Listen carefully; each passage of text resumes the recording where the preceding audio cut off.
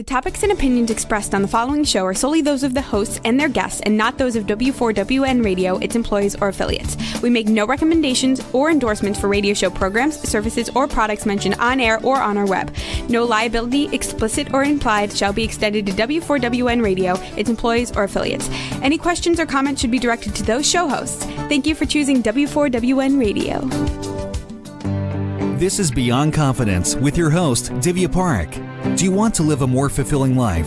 Do you want to live your legacy and achieve your personal, professional, and financial goals? Well, coming up on Divya Parekh's Beyond Confidence, you will hear real stories of leaders, entrepreneurs, and achievers who have stepped into discomfort, shattered their status quo, and are living the life they want. You will learn how relationships are the key to achieving your aspirations and financial goals. Moving your career or business forward does not have to happen at the expense of your personal or family life, or vice versa. Learn more at www.divyaparekh.com, and you can connect with Divya at contact@divyaparekh.com. This is Beyond Confidence, and now here's your host, Divya Parekh. Good morning. It's Tuesday, and I'm excited to be here with you all because I get to spend time with you. And today we have our guest, Daniel. Welcome. Thank you, Divya, so much for having me. Super excited to be here. Oh, excited to have you. And wonderful people, as we always talk about, remember to keep the kindness circle going. Think about it. If you were to spend just 1 hour of your time every month, and you can spread it all across the month, it can be a smile here, it can be 5 minutes there, 5 minutes there. And even if 50 million people did that, think about it, 50 million hours in a month, every month, where we can help and uplift each other. And also, if you have got our books, I really appreciate you. Thank you so much. And if you have not, do get our books, because partial profits from our books go to kiva.org. So, Daniel, we usually start out from childhood. Do you have a moment or a person from your childhood that left a positive mark on you? And you remember even to this day, oh yeah, I remember that person, or I remember that moment. I think I've had a lot of people who've impacted me throughout my whole life. Some I've met, some I didn't meet. Some were just more of like stories. I think one of those people was my father, who died when I was 3 years old, but just the stories that I would hear about him have really impacted my behavior. And then one that I can think of was my 5th grade teacher, Mr. L, who I think was the first person in America who saw my potential and helped me think bigger and dream bigger. So sorry to hear that. And it, again, kind of brings us back to life and, like, having that gratitude, not taking people that we love for granted. So as you grew up, what were your interests? Was it sports, or did you have anything specific, any dreams? Like, usually young kids can have different dreams. Like, I want to become a cop, or I want to become a firefighter, or I want to become astronaut, or I want to become an engineer. So what dreams did you have, and where did your life steer you? I always wanted to be a CEO, even since I was 8 years old. I wanted to be the CEO of either A, my business, or B, CEO of a Fortune 500 company. I was fascinated with business, with leadership, and it's always been my dream. Now, I like soccer, I played sports, but that was specifically my biggest dream. Oh, fantastic. And did you run any small businesses when you were young? Since I was little, I did. So I moved after my dad passed away. My mom and I moved to America with $2,000 in 2 suitcases, right? And I never felt like I can ask my mom for money, and not because she was a bad mother. It was the opposite. She worked 7 days a week, and was working at less than minimum wage. We were actually for 9 years illegal. So I didn't ever felt like I can ask my mom for money, because I didn't feel like she could even work any more hours to even make more money.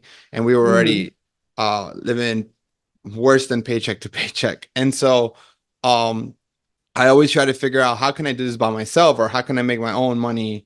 And so my first business was when I was like 8, 9 years old. I realized these people were playing soccer behind my house, and they would come from work. They were or their business clothes. They would change right outside their car, and they never had water. So I would walk about half a mile to a grocery store. It was Albertsons, and then I would then bring it and have a cooler with ice and sell it. And I was like making like $50 a week selling water as a 9, 10 year old. And that was when I was like even more hooked on the idea of business. Oh, that is so powerful. And just to kind of think about it, that you walked half a mile and your parents, with their hard work, and with your mom, like with your dad's stories and with your mom, like working 7 days a week, gave you that oomph, gave you that grit, like, yeah, I gotta do it. And what you're sharing is that, like, I gotta do it on my own. And just as young as you are to recognize that, that's so powerful. So as you grew up, do you remember any other businesses that you might have done? Yeah, at that point, once I realized that, hey, like I can figure out a ways to solve problems and make money, it was off to the races. Like I started a car wash business probably right recently, probably 10, 11 years old. I then was working at Universal Studios, and I think I was naive. I didn't know I couldn't really do this, and I was selling my tickets that I would get for working at Universals, and I would sell them. So off like behind the market, selling Universal and Disney tickets. When I got to high school, my mom's best friend was from Peru, and she had just come back from Peru and brought me a Lacoste polo for as a gift. And I was Mm-hmm. like, oh my God, like these are like in style at this time. And so and she would go to Peru often. I Mm-hmm. said, next time, can you bring me a suitcase of them? I'll give you money. And so I was selling Lacoste polos out of the locker room in my high school. And so, yeah, I mean, I've done every odd job you can think of. One of the guys that I play, I ended up playing soccer with those guys. I still play soccer with the same guys I used to sell water to when I was 9 years old. They're now 60 or something years old, and I'm over here at 34. But one of those guys used to have a landscaping company, so I would do landscaping in the summer. I would always figure out different businesses or jobs or ways to make money. So I was always kind of in a sense dependent of I didn't have to pay my mom rent or anything, but like dependent of like never having to ask her for money. That's and that shows your entrepreneurial spirit. So how did you transition from doing odd jobs here and there to getting to the place where you're at, where you're running your business right now? Um, that obviously led to when I was in college to start different businesses. I even major in like an entrepreneurship major. It was management with a track of entrepreneurship, and then marketing with a track of sales. And I started different businesses in college. Like, so every time I would start a business, it would be a little bit more serious. Like I got to the Mm. point where I opened an LLC, and then that didn't work out. So I would say that different variations of different businesses, and they would fail, and they would fail because A, I didn't have the enough capital to make them successful. B, I didn't have the know-how. I was very young and naive. And so ultimately that led to me deciding to, after graduating college, I had multiple job offers to do a management training program because all my entrepreneurship professors were like, hey, like the best way to learn how to run a business is to learn from someone who's done it. And so go work for a leadership program at a Fortune 500 company for 5 years. You will build the money. You will save enough money because they pay you well. You will build relationships, and you will learn the know-how, which is the three things that you need to build a business. You need the know-how, you need capital, and you need relationships. And so I did that. And during those 5 years, at this time I'm hooked in personal development, and I decided that I wanted to be the next Tony Robbins. So I was speaking at universities for free, talking about how to get a job at PepsiCo, which is where I started.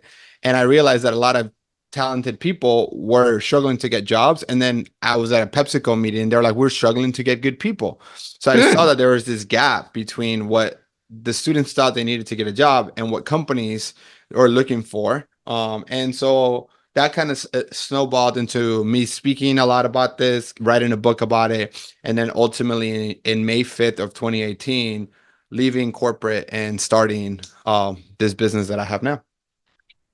And that's fantastic. And so the repeating theme that I'm seeing as you have shared your story, is that you're looking for that gap. You're finding that problem and bringing a solution. So can you share with us that during your time in the corporate world, a lot of people who are in there and struggle to get up, or like, they're struggling to find that right job, regardless wherever they are, what would be some of the key things that they can move up to by finding the right problem? Because what happens is it's not just about finding the problem, it's also about finding the right problem. And when you do that, your visibility increases, your perceived value increases. So what would be your recommendation to them?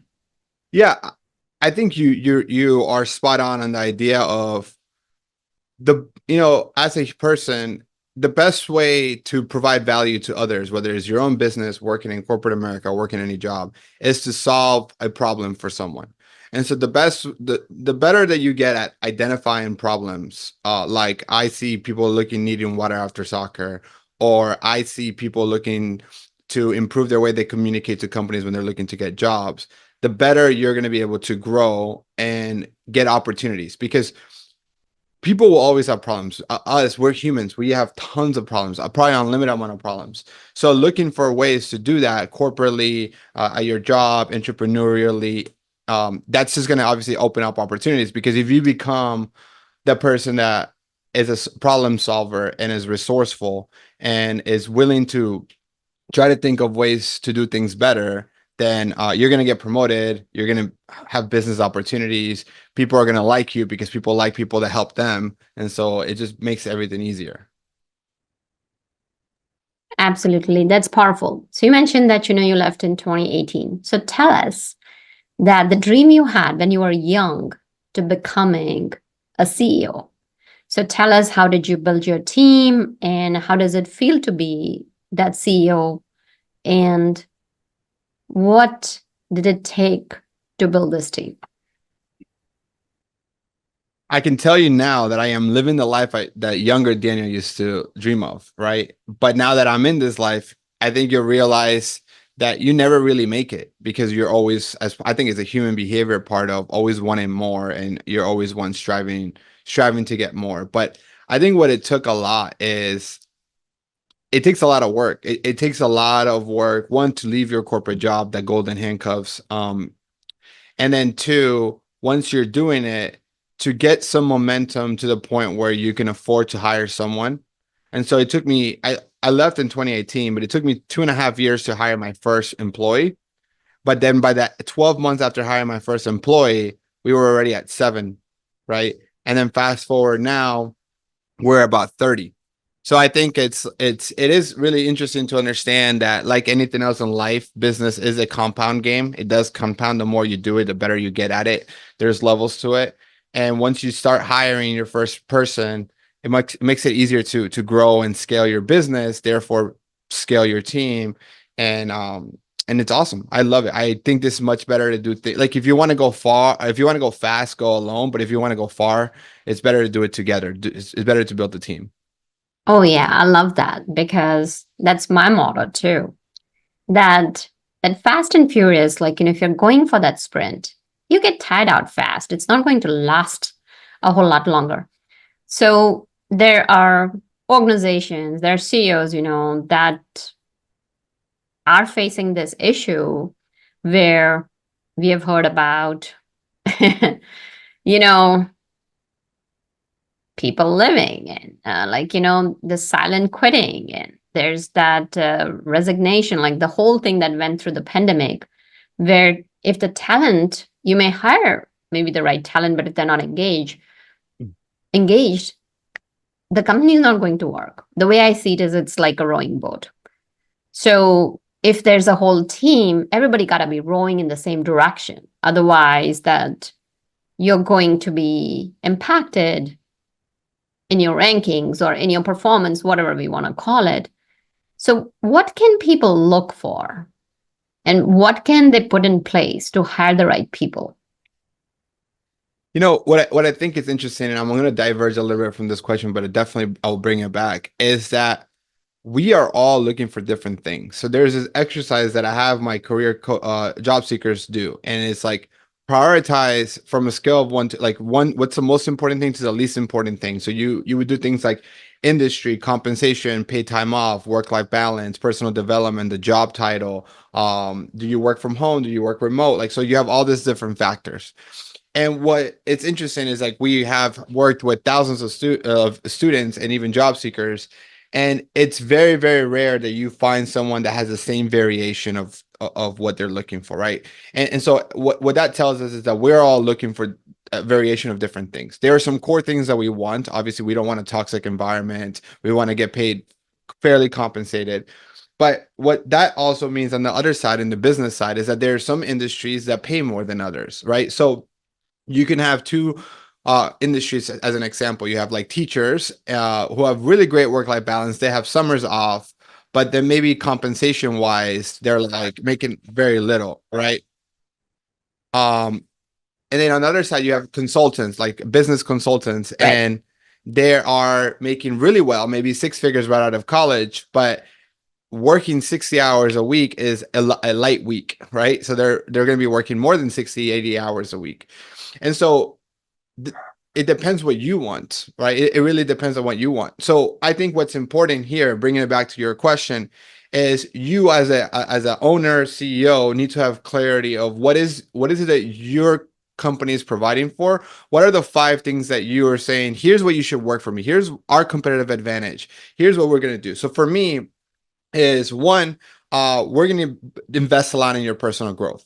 Right. So we're not the biggest company in the world. We are not a Fortune 500. We're not a brand that people will recognize yet. We're small. I understand that. Right. So but here's what you will get. You get access to the leadership team. So every employee has access to my calendar. They're going to be mentored by me. Right. So there's a level of personal development. Right. 2, you're going to be in a position where the company is growing really fast. So you're going to have the opportunity to change job titles, change responsibilities pretty often. Right. And that doesn't happen in Fortune 500 companies. 3, there's going to be a remote environment. Right. And 4, we want to make sure that we want to know what your goals are personally and help you achieve them. Right. Because we stand for opportunities. So if we have clarity of what we want to make sure that the people that are coming in, that those are the things they're looking for, that we know that we're not going to pay them the best, but we're not going to pay them worse. I think we're probably, we're competitive. But if you're looking for personal development, looking to get a lot of experience, looking to grow, looking for the ability to work in a hybrid environment, then this is a place for you. And if a company has clarity and a job seeker has clarity, then you're able to make that match better. And I think that's generally when people are miserable at their job, there's a mismatch. Like, either A, the company doesn't have clarity, or B, they don't have clarity, or even worse, both of them don't have clarity. And so the expectations are mismatched. And that's very powerful as to what you're sharing, is that if companies are transparent, then, okay, this is what we're looking for, this is what we offer. Yeah. And if the job seekers are clear on what they want, then the odds of both of them not being aligned are going to be slim. So that's a very powerful way of looking at it. Now, let's bring it back to you as a CEO. As you mentioned that in some roles, you work a whole lot more, in some you do less. So as a CEO, what would you say is that you love the most about the job? And what are some of the things as part of the job that you think you could make it a little better or could be different? I would say, I think it changes over time as we change personally too. So I think an exercise that has been very helpful that I have my executive assistant do once a quarter, and is essentially do a time audit of myself. So here's and by the way, this exercise, it's anybody can do. It's super simple, and it's going to help you come up to this conclusion. So the first thing you do is that you put it in an Excel sheet, and you put everything that you have that you do for the week. So is it one-on-one meetings with my managers? Is it a leadership meeting? Is it meeting with my clients? Is it a sales call? Is it creating content? Is it administrative work? Is it messaging on LinkedIn? Is it grabbing lunch with my wife? Whatever it is, right? You put it all in. And on another column, you're then going to put and say, was this something that was $1 sign, $2 sign, $3 sign, or $4 sign? Kind of like if you go to Google and you look at restaurants, because not all the tasks that we do are worth the same. And then the third thing that you want to do then at this point is say, color code it with green. Hey, this brings me energy. I love doing this. Like when I look at this in my calendar, it brings me joy. Or red, if I look at this and like you dread it. And then if it doesn't do either joy or dread, it's just right in the middle, then you leave it without a color. And what's interesting is that you're going to, by looking at this Excel sheet, you're going to be able to see what are the red things that are $1 or $2 signs that you should stop doing. And as a CEO, I have the luxury to delegate all those out, right? So maybe if you're an individual contributor or you're just starting out, you might not have a team to be able to delegate this. But for me, if I have 30 employees, odds are there's 29 people there that can do some of this stuff. And that helps me prioritize what's important to me. And now if it's green and it has $4 signs, how do I do more of that? Right? How do I actually do more of it? So what I do less, what I do more. And right now, currently, what I love doing is I love training the team. So one of the things I just actually was talking to my assistant, I said, there's 4 main departments in our company, and I want to do a 1-hour training every week for one of these departments. So every department will get 1 to 2 hours of training directly from me on that, right? So I love doing that. Something that, I'll be honest with you, I used to 6 months ago was green, and I used to love was recording a lot of YouTube videos. Now not red, it's just no color. So I can see my enjoyment of creating content by myself diminish. And so that's something that maybe I go like, hey, I don't want to do 6 hours of that a week. I maybe just want to lower that down to 4, right? So I don't know if that answers your question, but that's kind of how I think through it. And I know that it changes probably on a quarterly basis. No, it does answer the question, because what you're doing is you're reassessing it. And as you said, that you personally change, the demands of the business change because the customers may be wanting something, there are different market trends, there are different shifts in the industries that are impacting your industry or like whichever segment you're in. So having that reassessment does help you like, okay, what is it that I like to do? And then sometimes, even if you're an employee, if that's something that you don't like to do it, you can find that time like, okay, you can take those important tasks. What are my good times during the day that I'm most productive at? So what you can do is like, okay, let me finish those high priority, high stake tasks in those times. And when those tasks that you don't like to do and it requires less of your brain power, you can do that and you can chunk it out. So no, definitely, you shared that. What would you say is like are your top 1 to 2 challenges that you're facing right now as a CEO? So it's interesting. I would say the biggest challenge that I am facing right now as a CEO, I would say the first thing is it's a challenge that we currently have as a company. So our number one challenge, which is marketing, right? I think we have done a really good job with our products. We're getting really amazing results for our clients, but we're not getting the influx of clients that we were expecting. So I think for example, that's going to be my focus for the next quarter, Q4, as we're recording this, is like, how do we convert more of the leads that come in from the top of the funnel into the middle of the funnel? That would be, I would say, the biggest rock that would make the biggest impact or the biggest impact in the business. The second one, which is not something that I am primarily running, it's actually my COO who's running, is to systemize and standardize all of our systems and processes even further. So we've hired a consultant. He's a CEO of a 600 people company, and he's coming in and helping us think through how we systemize and organize everything from the onboarding, from the way that everything you can think of. There's going to be a process, a system put in place so it becomes repeatable, replicable, and that's something that our CEO is managing. And then the third thing is always people, right? Because our number one core value is being relentlessly people focused. So it's how do we continue to develop and grow our team? That even though we have systems and processes, they don't feel like a number, because that's not what we want. We want them to feel like a person. Absolutely. And in your experience, like what you have seen, like, as your company grow, as you mentioned, like, from 1 to 7 to now 30, what are some of the challenges that you have seen that have popped up over and over again? Is the uncertainty of people. Like at the end of the day, people are the best part of the business, but they're also the most uncertain part of the business.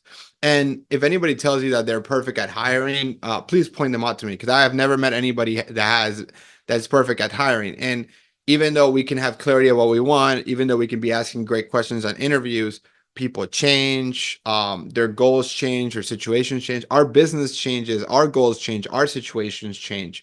Right. And so you create misalignment, and anytime there's misalignment, there's miscommunication. Miscommunication drives issues. Right. So I would say like the challenge will always, the best part about the business is the people, but the most challenging part about it is the people. So, um, but that's business. I think you ask any CEO whether they have 30 employees or 3 million employees, it's going to be the same answer. Absolutely. And as you mentioned that you can never be certain with that because their situation is changing and business, like, all of this is fluid. And that's where like bringing in the culture of embracing uncertainty is so critical, because that's the only thing that's certain in today's world. I mean, since the time of the beginning of the human and the mankind, is like change is the only certainty that we can have. So what are you doing as a company to kind of continuously address that and keep on building your people? It goes back to having the right processes in place. When you first start hiring, and I would just say this is my experience, you don't have a big budget. So you actually start hiring a lot of generalists and people without relevant experience. So you are the person when I first hired, I was the person that knew the most about finance, HR, marketing, sales, career coaching, right? All this. And for the longest time, that's always been the case because I couldn't afford hiring somebody with 5, 10, 20 years of experience. So I was hiring level entry people who were recently graduating from college.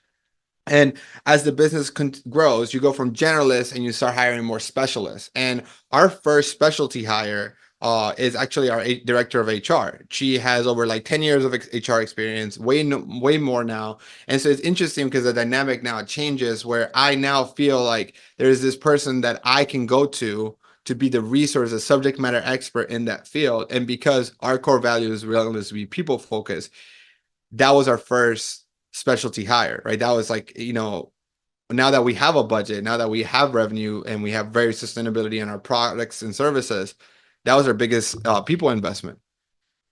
And so that's what we're using her to be able to have better performance management, have better conversations with the employees so that there's a better pulse, better way to do one-on-ones, better way to make sure that communication stays strong.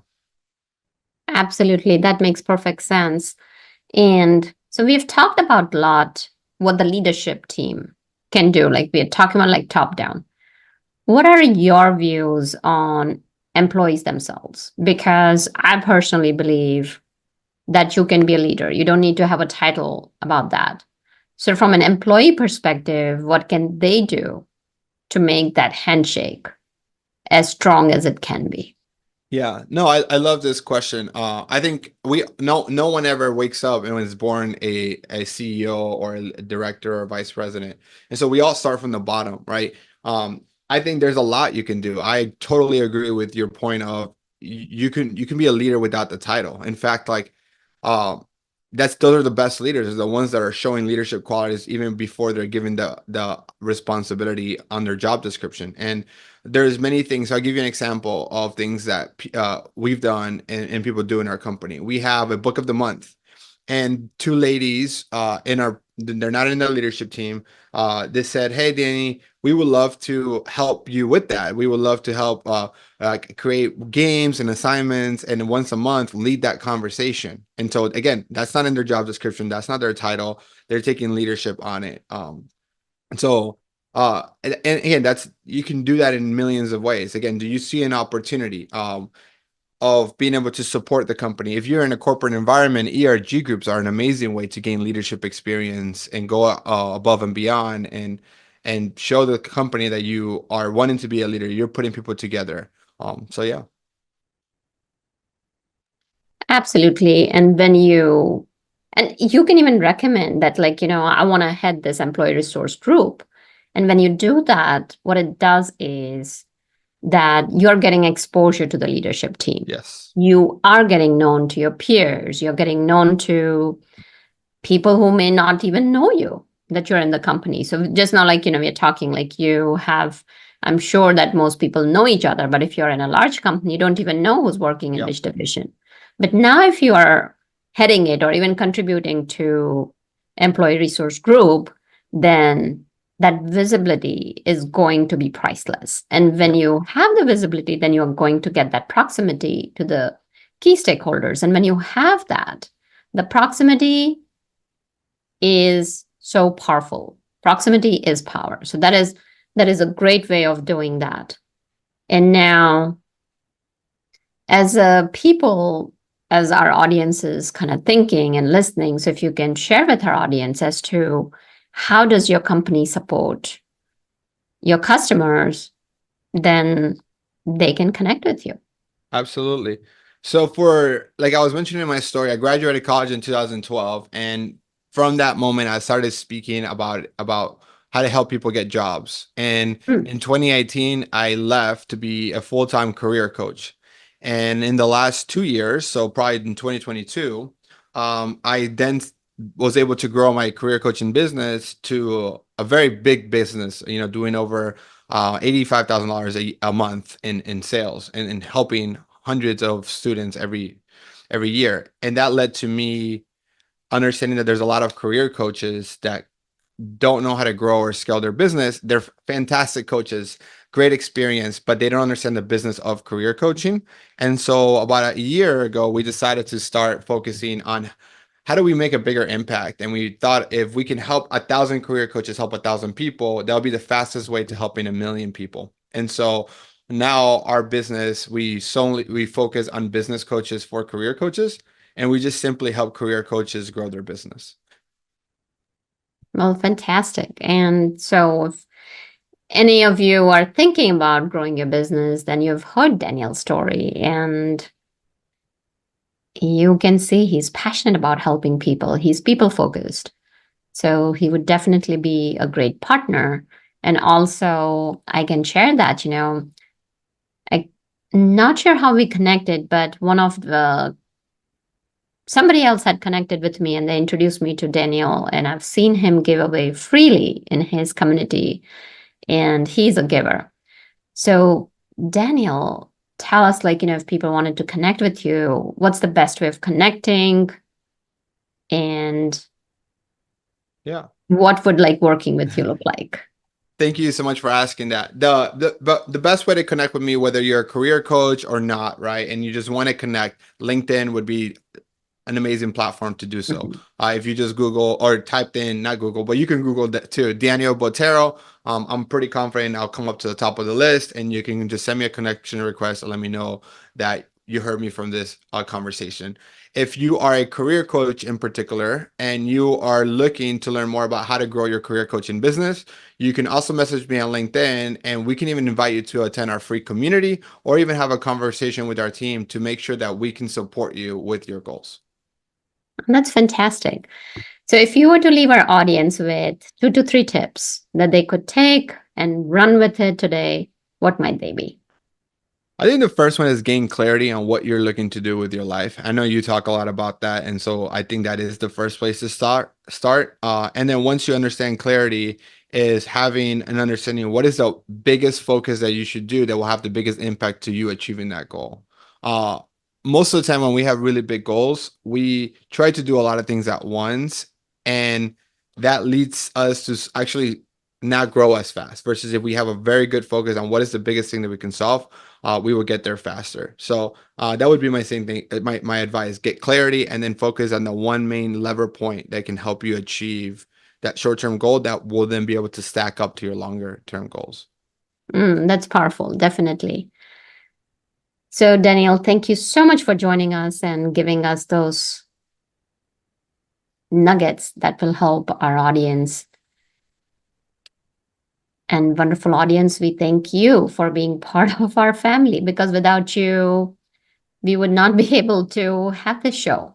So reach out to us, let us know, how can we support you? How can we serve you so that you can live the best life you can and you deserve? And thank you, Juan, for making the show technically possible. Be well and take care until next time.